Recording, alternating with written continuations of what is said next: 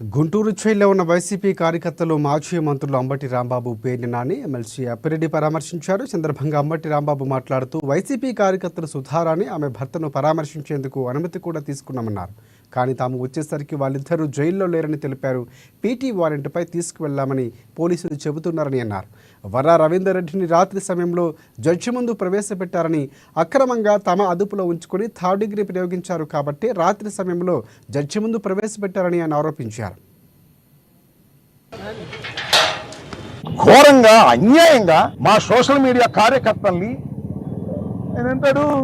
నేను ఒకటి అడుగుతా ఉన్నా, మీ ద్వారా ప్రజలను అడుగుతా ఉన్నా, పోలీసులు అడిగడిగి ఇసుకుపోతుంది మాకు. ఎందుకంటే మొన్నే మేము డీజీ గారి దగ్గరికి వెళ్ళాం, ఆయనకి చెప్పాం, మళ్ళా ఎస్పీలందరినీ కలిసాం.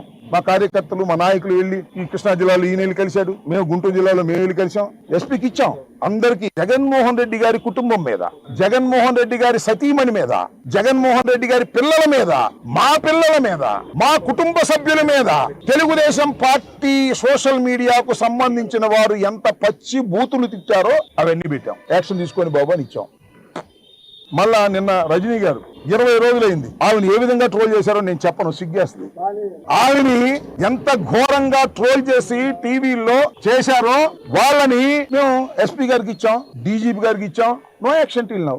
ఏంది స్వామి నాకు అర్థం కాల. డీజీ గారు లేదా కోయా ప్రవీణ్ గారు లేదా మరొక పోలీస్ ఆఫీసర్ గారు నేను అడుగుతా ఉన్నా, అయ్యా వాళ్ళు మా మీద పోస్టులు పెడితే మీరు పట్టించుకోరు, మమ్మల్ని తిడితే మీరు పట్టించుకోరు, ఏంటి మీరు ఇంకా కాకి బట్టలు ఎందుకు మీకు?